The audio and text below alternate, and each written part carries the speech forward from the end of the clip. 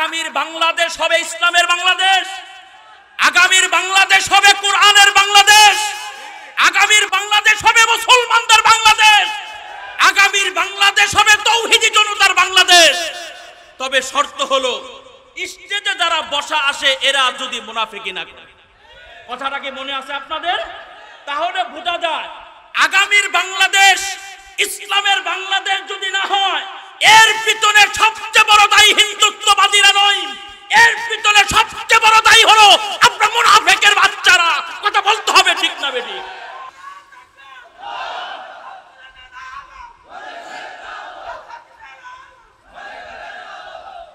মিথ্যাবাদিতা এটা গুনাহ কাবিরা এবং মহাপাপ। প্রশ্ন হলো এটা মহাপাপ কেন? মুহাদ্দিসিনে কেরাম বলেন মিথ্যাবাদিতা মানুষকে গুনাহের কাজে উপনীত করে, আর গুনাহের কাজ মানুষকে জাহান্নাম পর্যন্ত পৌঁছিয়ে দেয়। মুসলিম শরীফের 2607 নম্বর হাদিসে আল্লাহ রসুল সাল্লাল্লাহু আলাইহি ওয়াসাল্লাম বলেন, আলাইকুম ওয়া ইয়াকুম ওয়াল কাদিবা ফাইন্নাল কাদিবা ইয়াহদি ইলাল ফুজুর ওয়া ইন্নাল ফুজুরা ইয়াহদি ইলান নার। নবী আমার বলেন, আমার উম্মতেরা তোমরা মিথ্যাবাদিতা থেকে দূরে থাকো, কারণ মিথ্যাবাদিতা মানুষকে গুনাহের কাজে উপনীত করে। ওয়া ইন্নাল ফুজুরা ইয়াহদি ইলান নার, আর গুনাহের কাজ মানুষকে জাহান্নাম পর্যন্ত পৌঁছিয়ে দেয়। ওয়ামা ইয়াজালুর রাজুলু ইয়াকযিবু ওয়া ইয়াতাহাররাল কাদিবা, মানুষ মিথ্যা কথা বলে এবং মিথ্যাবাদিতার অন্বেষায় থাকে, মিথ্যা কথা বলার ধান্দায় থাকে। হাত্তা ইক্তাবা ইনদাল্লাহি কাযাবান, একটি পর্যায়ে এই মানুষটার নাম মিথ্যুকদের দপ্তরে উঠিয়ে দেওয়া হয়। এই হাদিস থেকে বোঝা গেল মিথ্যাবাদিতা গুনাহের কাজে উপনীত করে, আর গুনাহের কাজ আমাকে এবং আপনাকে জাহান্নাম পর্যন্ত পৌঁছিয়ে দেয়। মিথ্যাবাদিতা এটা এমন এক মহাপাপ যেটার কারণে একজন মুসলিমে কামেল হতে পারে না, একজন মুমিনে কামেল হতে পারে না, একজন মানব পূর্ণাঙ্গ মানব হতে পারে না। ইমামে বুখারী রহমতুল্লাহ আলাইহি, ইমামে মুসলিম রহমতুল্লাহ আলাইহি এর উস্তাদ ইমাম ইবনে আবি শাইবা রহমতুল্লাহ আলাইহি, তাদের পরবর্তী মুহাদ্দিস ইমাম বাইহাকি রহমতুল্লাহ আলাইহি হযরতে আবু বকর সিদ্দিক রাদিয়াল্লাহু তাআলা আনহু এর একটি মাকুলা, ব্যক্তি বাণী বিশুদ্ধ সনদে উল্লেখ করেছেন। মুসান্নাফে ইবনে আবি শাইবার 25602 নম্বর হাদিসে হযরতে আবু বকর বলেন, ওয়াইয়াকুম আল কাদিবা ফাইন্নাহু মুজানিবুল ঈমান, আল্লাহর নবীর উম্মতেরা তোমরা মিথ্যাবাদিতা থেকে দূরে থাকো, কারণ মিথ্যাবাদিতা হলো ঈমানের পরিপন্থী বিষয়। এই হাদিস থেকে বোঝা যায় যারা মিথ্যাবাদিতায় অভ্যস্ত এরা মুমিনে কামেল হতে পারে না, এরা মুসলিমে কামেল হতে পারে না, এরা পূর্ণাঙ্গ মানব হতে পারে না। একজন ঈমানদারের মধ্যে স্বভাবগত যে কোনো দোষ ত্রুটি থাকতে পারে, কিন্তু একজন ঈমানদার কখনো মিথ্যুক হতে পারে না। সুনানে কুবরা লিল বাইহাকি এই কিতাবের 20828 নম্বর হাদিস হযরতে সাদ বিন আবি ওয়াক্কাস রাদিয়াল্লাহু তাআলা আনহু হতে বর্ণিত, তিনি বলেন, ও ইতবাউল মুমিনু আলা কুল্লি শাইইন ইল্লাল খিয়ানাতা ওয়াল কাদিবা, একজন ঈমানদারের মধ্যে স্বভাবগত যে কোনো দোষ ত্রুটি থাকতে পারে, তবে কোনো মুসলমানের সন্তান মিথ্যুক হতে পারে না এবং প্রতারক হতে পারে না। যেহেতু কোনো ঈমানদারের মধ্যে মিথ্যা বলার বদ অভ্যাস সে লালন করতে পারে না, আর এই কারণেই আমাদের আকাবির আসলাফ যারা ছিলেন তারা কোনো মুসলমানের সন্তান মিথ্যা কথা বলতে পারে এটা তারা বিশ্বাস করতেন না। এটা তাদের কাছে অবিশ্বাস্য একটি সাবজেক্ট ছিল, একটি বিষয় ছিল। যেমন শারে মুল্লাজিম রহমতুল্লাহ আলাইহি, আল্লাহর এই ওলি মুসলমানের সন্তান মিথ্যা কথা বলতে পারে এটা তিনি বিশ্বাস করতেন না। এই বিষয়টা তার কাছে অবিশ্বাস্য একটি বিষয় ছিল। শারে মোল্লাদ্দিন রহমতুল্লাহ আলাই একবার জুমার মসজিদে তিনি জুমার খুতবা প্রদান করতেছিলেন। ঠিক এমতো অবস্থায় তার একজন প্রতিবেশী এসে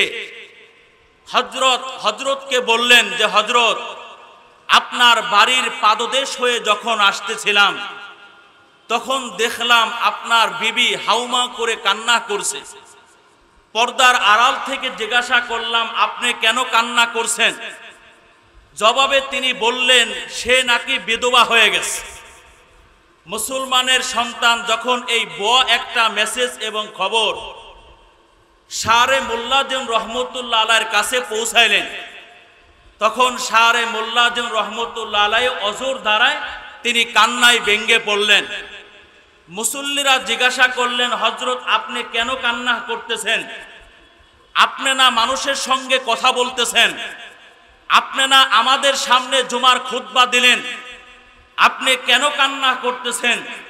শারে মোল্লাদ্দিন রহমতুল্লাহ আলাই বললেন, দেখো আমার মুসল্লি আনি কেরাম, একটু আগে আমার কাছে যে খবরটা এনেছে ও একজন মুসলমানের সন্তান, আর আমার বিশ্বাস অনুযায়ী মুসলমানের কোনো সন্তান কখনো মিথ্যা খবর বলতে পারে না, কখনো মিথ্যা কথা বলতে পারে না, কখনো কোনো মিথ্যা মেসেজ মানুষের কাছে প্রচার করতে পারে না। এজন্যই আমি আর চোখের পানিগুলো ধরে রাখতে পারিনি। আজকের এই সংক্ষিপ্ত আলোচনা থেকে কোনো মুসলমানের সন্তান যদি প্রতিজ্ঞাবদ্ধ হতে পারে আমি আমার অনাগত দিনগুলোতে আর একটাও মিথ্যা কথা বলবো না, আমরা প্রতিজ্ঞাবদ্ধ হতে পারি না ইনশাআল্লাহ? বলেন আজ থেকে আমরা আর বলেন আজ থেকে আমরা যতদিন আল্লাহ তাআলা বাঁচিয়ে রাখেন, জীবন দেওয়ার প্রশ্ন আসলে জীবন উৎসর্গ করে দিব আল্লাহর জন্য, কিন্তু মিথ্যা কথা বলবো না। এই যে একটা প্রতিজ্ঞা আমি আপনাদেরকে করাইলাম, একটা ওয়াদা আমি আপনাদেরকে করাইলাম, কোন মুসলমানের সন্তান যদি এই প্রতিজ্ঞা দিল থেকে করতে পারে তাহলে এই মুসলমানের সন্তান আল্লাহ তাআলার বিশাল বড় জান্নাতের মালিক হবে, এই ব্যাপারে কোনো সন্দেহের অবকাশ নাই। কারণ স্বয়ং আল্লাহ রসুল এই সার্টিফিকেট, এই জিম্মাদারি এবং এই ওয়ারেন্টি তিনি প্রদান করেছেন। আবু দাউদ শরীফের 4800 নম্বর হাদিসে আল্লাহ রসুল সাল্লাল্লাহু আলাইহি ওয়াসাল্লাম বলেন, আনা জাইমুন বি বাইতিন ফি রবাদিল জান্নাহ লিমান তারাকাল কাযিবা ওয়া ইন কানা মাযিহান। আমার কোন উম্মত যদি মিথ্যা কথা পরিহার করতে পারে তাহলে আমার ওই উম্মতকে আমি জান্নাতের নিশ্চয়তা প্রদান করব। ওয়া ইন কানা মাযিহান, এমনকি হাসির ছলে বলাটাও। এই হাদিস থেকে বোঝা গেল আমরা যদি প্রতিজ্ঞাবদ্ধ হই আমরা আর কি কথা বলবো না, মিথ্যা কথা বলবো না। হাসির ছলে আমরা কিন্তু মাঝে মধ্যে মিথ্যাচার করি, মিথ্যা কথা বলি। যদি আমরা প্রতিজ্ঞাবদ্ধ হই হাসির ছলেও আজ থেকে আর কোনো মিথ্যা কথা বলবো না, তাহলে আপনি জান্নাতি, এই ওয়ারেন্টি স্বয়ং আল্লাহ রসুল সাল্লাল্লাহু আলাইহি ওয়াসাল্লাম আমাকে আপনাকে প্রদান করেছেন। মিথ্যাবাদিতা এবং মিথ্যায় অভ্যস্ততা এটা কোনো মুসলমানের স্বভাব হতে পারে না, এটা কোনো মুসলমানের চরিত্র হতে পারে না।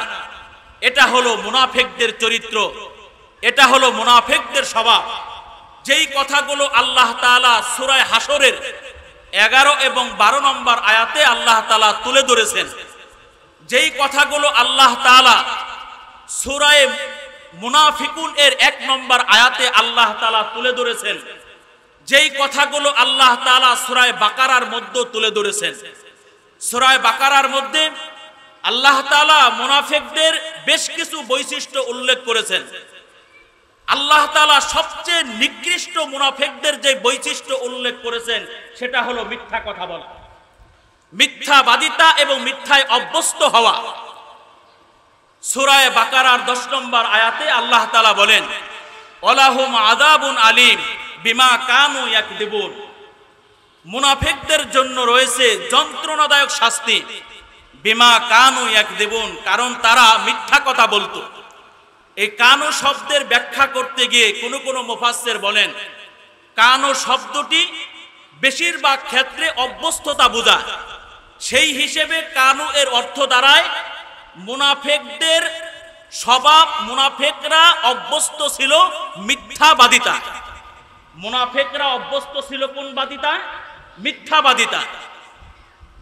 মুসলিম শরীফের 33 নম্বর হাদিস এবং তিরমিজি শরীফের 263 নম্বর হাদিসে আল্লাহ রসুল সাল্লাল্লাহু আলাইহি ওয়াসাল্লাম মুনাফিকদের গুণাবলী উল্লেখ করে আল্লাহ রসুল বলেন, আয়াতুল মুনাফিকি সালাসুন। মুনাফিকদের বৈশিষ্ট্য হলো তিনটি। 1 নম্বর বৈশিষ্ট্য, ইদা হাদ্দাসা কাযাবা, যখনই কথা বলে মিথ্যা বলে। ওয়াইদা ওয়াদা আখলাফা, যখন ওয়াদা করে ওই ওয়াদা আর মুনাফিক পুরা করে না, বরং বরখেলাপ করে। ওয়াইদা উতামিনা খানা, আর যখন মুনাফিকের কাছে আমানত রাখা হয় তখন সে আমানতের খেয়ানত করে। এই হাদিস থেকে বোঝা গেল এবং কুরআনে হাকিমের 3টা আয়াত থেকে বোঝা গেল মিথ্যাবাদিতা এবং মিথ্যায় অভ্যস্ততা এটা মুনাফিকদের স্বভাব। কথা বলেন ঠিক না বেঠিক? মুনাফিকদের স্বভাব হলো মিথ্যা কথা বলা এবং মিথ্যায় অভ্যস্ততা এটা মুনাফিকদের স্বভাব। আমি আপনাদেরকে জিজ্ঞাসা করি, আমাদের সমাজে এমন মুসলমানের সন্তান আছে না নাই যেই মুসলমানের সন্তান মিথ্যায় অভ্যস্ত? যখনই কথা বলে ম্যাক্সিমাম সময় মিথ্যা কথা বলে, এমন মুসলমান আমাদের সমাজে নাই? কথা বলেন না কেন, আছে না নাই? যারা মিথ্যাবাদিতায় অভ্যস্ত তাদেরকে আমি মুখাতাব বানিয়ে বলতে চাই, স্বভাবটা গ্রহণ করেছো মুনাফিকদের, আর মৌখিকভাবে তুমি দাবি করো তুমি একজন মুসলিম, প্রকৃত অর্থে তুমি মুসলিম হতে পারো না, তুমি হলো টাটকা মুনাফিক। কথা বলতে হবে ঠিক না বেঠিক? মুনাফিকদের খারাপ আরেকটা বৈশিষ্ট্য আছে।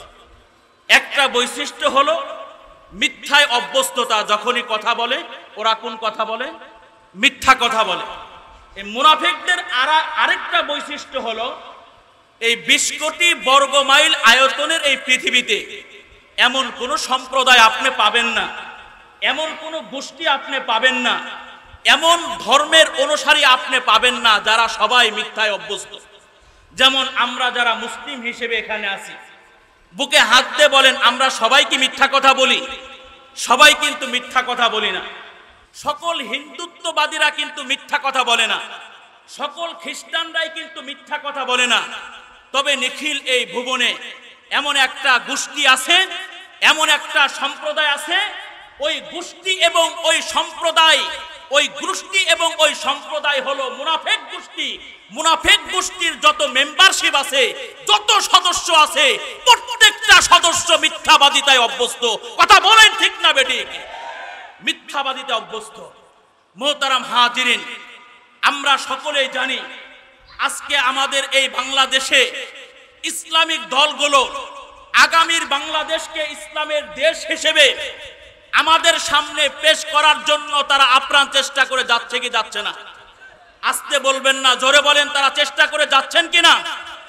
আমাদের নায়েবে আমিরুল মুজাহিদিন শাইখে চরমুনায় জাতীয় মহাসমাবেশে সরোয়ার্দী উদ্যানে তিনি একটি কথা বলেছিলেন। এই স্টেজে যারা বসা আছে, স্টেজের এই লোকগণ যদি দিলের মধ্যে নেফাকি লালন না করে, কারণ সেই স্টেজে ইসলামিক দলের সকল নেতারা সেখানে ছিল। কথা বলেন ঠিক না বেঠিক? শাইখে চরমুনায় বলেছিল আগামীর বাংলাদেশ হবে ইসলামের বাংলাদেশ, আগামীর বাংলাদেশ হবে কোরআনের বাংলাদেশ, আগামীর বাংলাদেশ হবে মুসলমানদের বাংলাদেশ, আগামীর বাংলাদেশ হবে তৌহিদি জনতার বাংলাদেশ। তবে শর্ত হলো স্টেজে যারা বসা আসে এরা যদি মুনাফিকি না করে। কথাটা কি মনে আছে আপনাদের? তাহলে বোঝা যায় আগামীর বাংলাদেশ ইসলামের বাংলাদেশ যদি না হয়, এর পিছনে সবচেয়ে বড় দায়ী হিন্দুত্ববাদীরা নয়, এর পিছনে সবচেয়ে বড় দায়ী হলো আপনার মুনাফিকের বাচ্চারা। কথা বলতে হবে ঠিক না বেঠিক?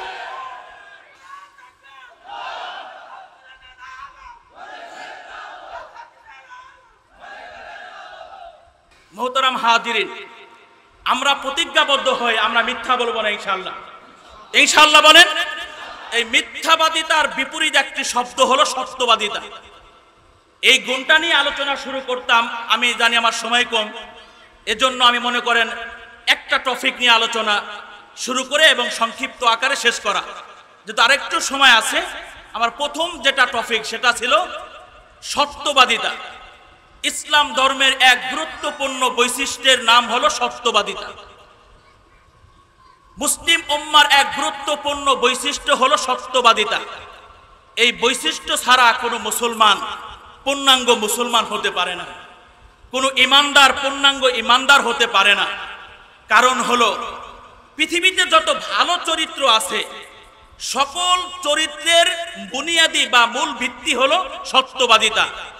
প্রতিটি বৃক্ষের যেমন শিকড় থাকে, প্রতিটি ইমারতের যেমন পিলার থাকে, পিলার ছাড়া ইমারত যেমন টিকে থাকতে পারে না, শিকড় ছাড়া বৃক্ষ যেমন টিকে থাকতে পারে না, ঠিক তদ্রূপভাবে ইসলাম ধর্মের শিকড় বা পিলার হলো সত্যবাদিতা।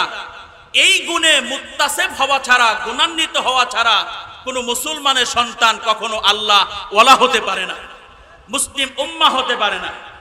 আর এই কারণে আল্লাহ তাআলা সূরা তাওবার 119 নম্বর আয়াতে আল্লাহ তাআলা আমাদেরকে সত্যবাদিতার গুণে যারা গুণান্বিত তাদের সংস্রবে থাকার এবং তাদেরকে বন্ধুরূপে গ্রহণ করার কথা আল্লাহ তাআলা বলেছেন।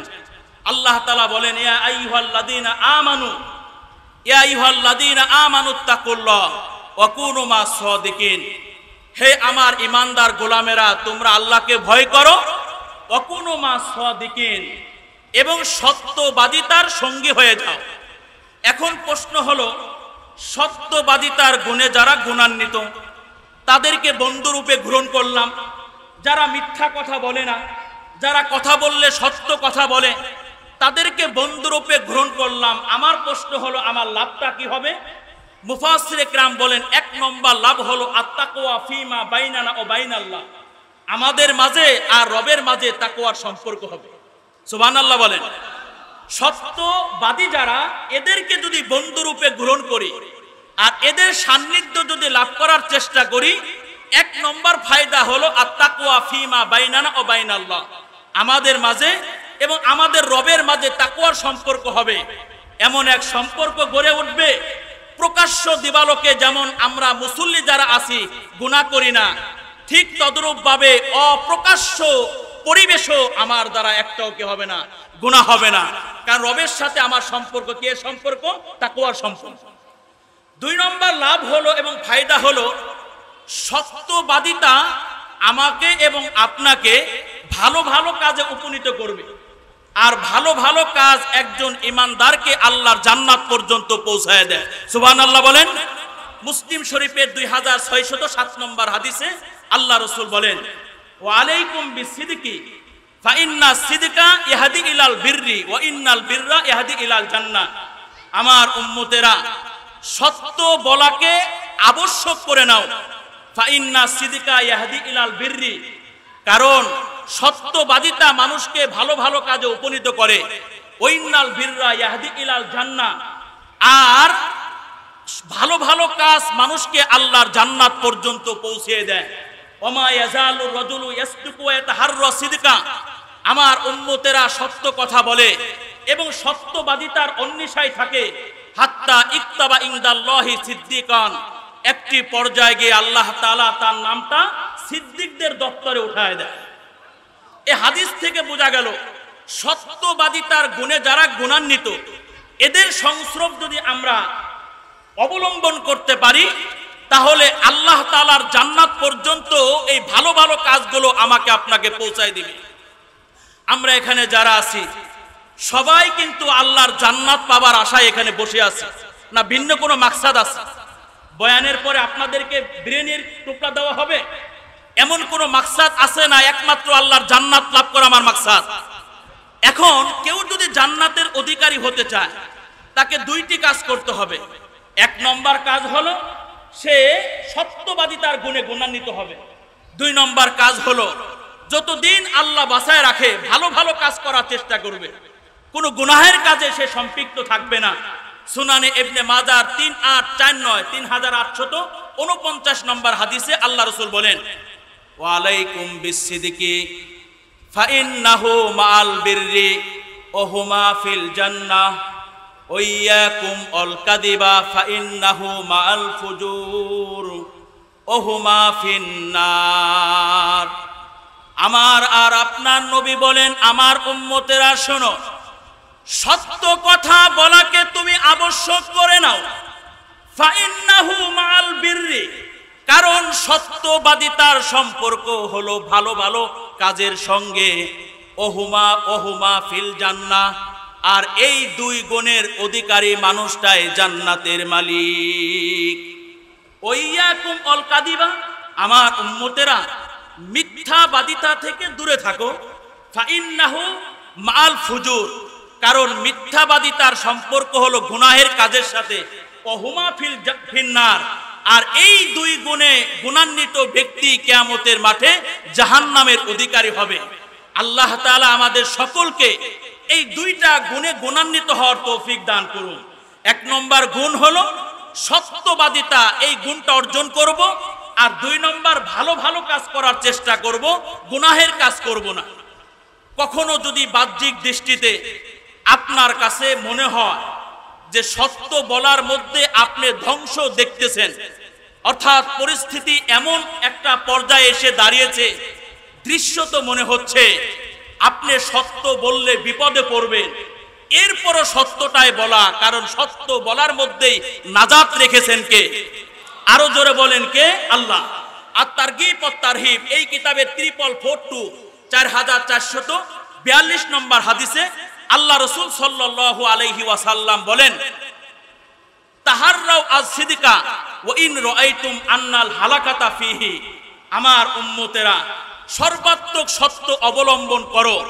ওয়া ইন তাহাররাউ ওয়া ইন রাআইতুম আন্নাল হালাকাতা ফিহি, যদিও বাহ্যিক দৃষ্টিতে সত্য বলার মধ্যে তুমি ধ্বংস দেখতে পাও, অর্থাৎ পরিস্থিতি এমন, দৃশ্যত মনে হচ্ছে সত্য বললে আপনি বিপদে পড়বেন, আপনি মুসিবতে পড়বেন, এরপরও সত্যটাই বলা। ফাইন্না ফিহিন নাজাতা, কেননা সত্য বলার মধ্যেই মুক্তি রেখেছেন কে?